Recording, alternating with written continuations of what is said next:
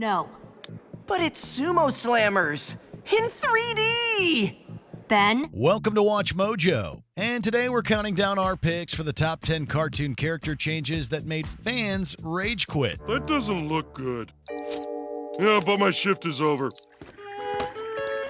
Call me in the morning, if you can still dial a phone. It was you! Man, what a juicy twist. You're the one who let him out. You're the crystal guy. I recognize you now. You are the Guardians of the Galaxy! That's a different superhero universe. For this list, we'll be looking at moments where well-known animated characters took such a bad turn for the worse, personality or story-wise, that their reputations were damaged with fans. As we talk about these changes, there may be some spoilers ahead. Who do you think suffered the worst character derailment? Let us know in the comments. Number 10, Principal W. Seymour Skinner, aka Armin Tamzarian, The Simpsons. After Ned Flanders went from friendly neighbor to an extremely religious man, this character arc helped create the phrase Flanderization, which is applied to characters who make extreme personality adjustments. Son, let me put this gently. We're all going to hell! You opened the doorway to disbelief in God's own house! However, even his change was nowhere near as infamous as one school official. In Season 9, we find out that Seymour Skinner, the long-established elementary school principal, is actually an imposter? I'm an imposter. That man is the real Seymour Skinner. His name is actually Armin Tamzarian. He stole the identity of Seymour Skinner during the Vietnam War. Apparently, the staff decided they could make this sudden, unexpected change to a well-established character's background before telling us to forget it ever happened. By authority of the city of Springfield, I hereby confer upon you the name of Seymour Skinner, as well as his past, present, future, and mother. No game? And I further decree that everything will be just like it was before all this happened. Funnily enough, the exact opposite went down. This story became infamous in the eyes of fans and the staff as well. Number 9. Timmy Tiberius Turner, The Fairly Odd Parents. At first, who wouldn't sympathize with Timmy Turner? He was just an average kid that no one understood, with negligent parents and a sadistic babysitter. Sure, he had his selfish moments, but he usually meant well. I can't!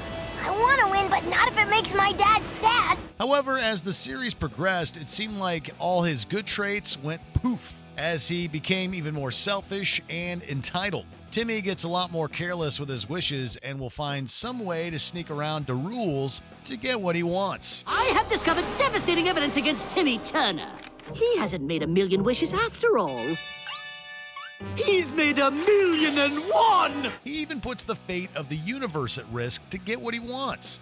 How bad does it get? Well, Timmy halts everyone's aging process so that he could keep his fairies forever. He truly is one of the worst god kids ever. Here is the really bad part.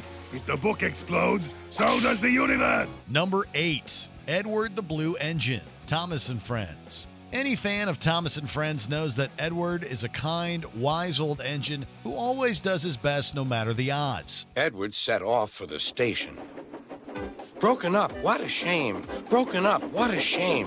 I must help Trevor. I must. However, later seasons can't seem to remember that or figure out how to portray the old mixed traffic engine. One day he can be a feeble old-timer with confidence issues who can barely move a wheel. Edward puffed as hard as he could, but the train hardly moved at all. Another day he could be an impatient, pompous windbag who easily brushes someone off just because they look different. Both portrayals have one thing in common. They make Edward look awful. Fortunately, the CGI series did its best to return him to what he originally was, though he appeared less. You just have to find it! But I need that car now!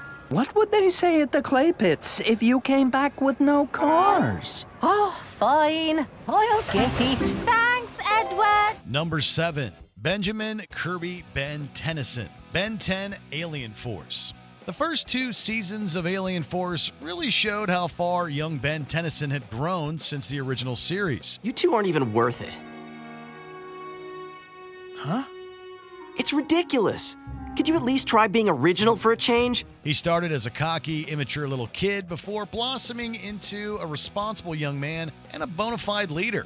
Then season 3 came around and set him 10 steps back. Suddenly, Ben reverts to a cocky and immature hero, willing to boast about his accomplishments and who puts his loved ones at risk. Aw, you guys missed the whole thing. We saw enough. Ben, that was really, really stupid.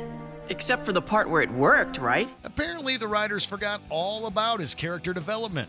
It felt like the slate was wiped clean of all the growth Ben experienced since getting the Omnitrix. Despite a few attempts to re-rail his character in Ultimate Alien, the damage was already done, and it only got worse in Omniverse. Oh man, Lucy, you got her good!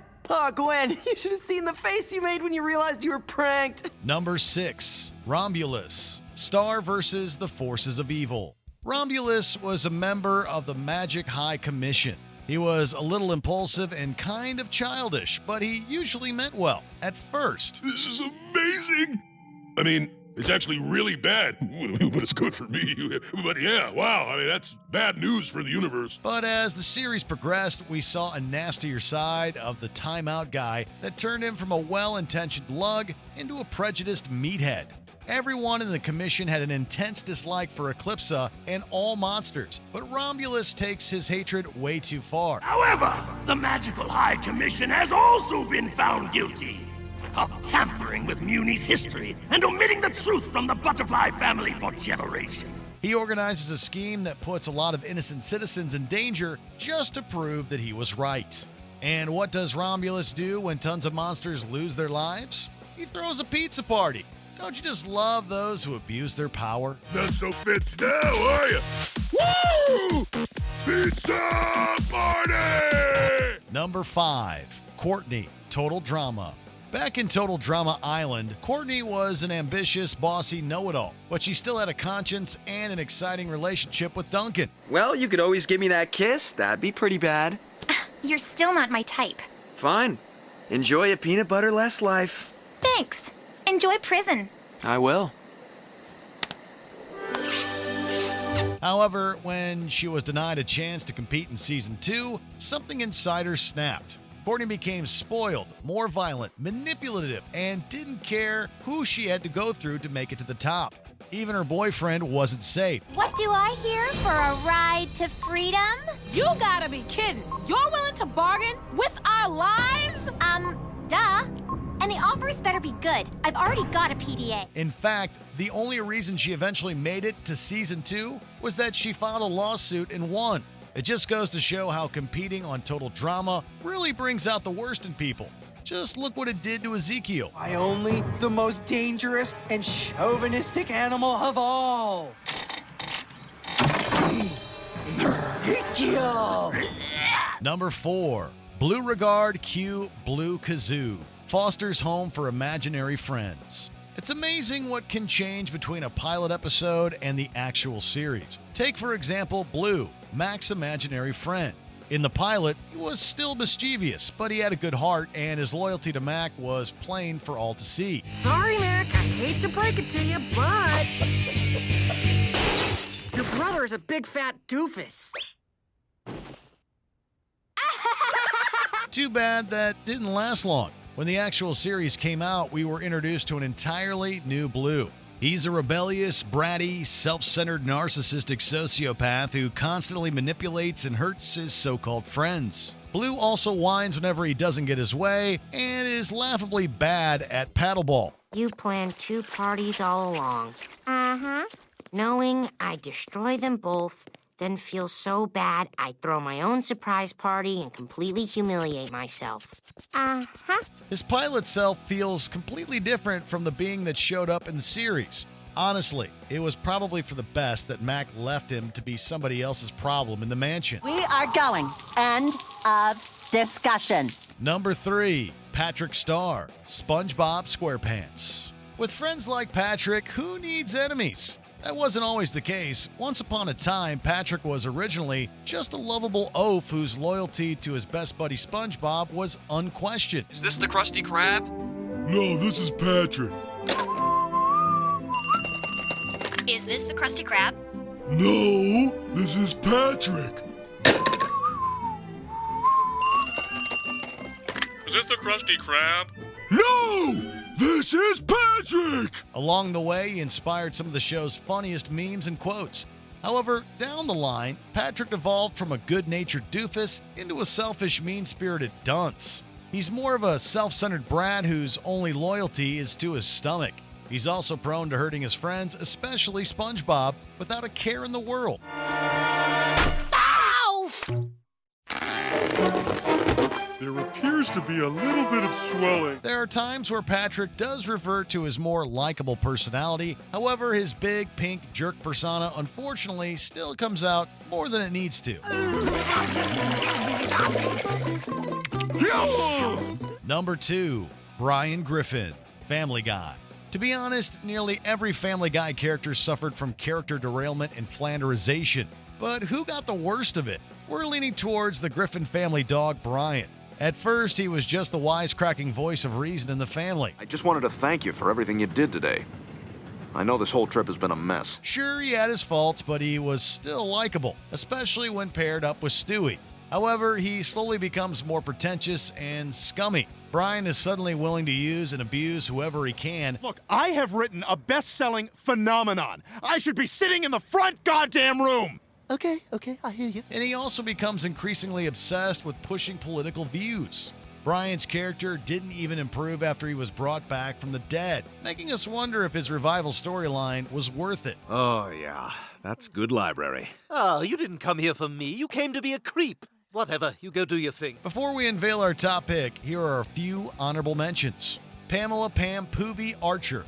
Around season 5, Pam develops an addiction problem. Would now be a good time to talk about Pam's cocaine addiction? Or the inspiring story of her heroic struggle to finally triumph over it? Roger, American Dad. Roger becomes more of a sociopath over time. No, you don't. You're obsessed with me. There's a difference. What? Roger, love is mutual. And that's what Jeff and I have. Skarloey and Rheneas. Thomas and Friends. Two of the oldest and wisest engines on Sodor are reduced to children. I'm the bravest engine in all the world, he called. But Skarloey was too heavy, and the winch broke. The Powerpuff Girls. The Powerpuff Girls. Reboot turns Townsville's heroes into walking, talking memes. It's party time!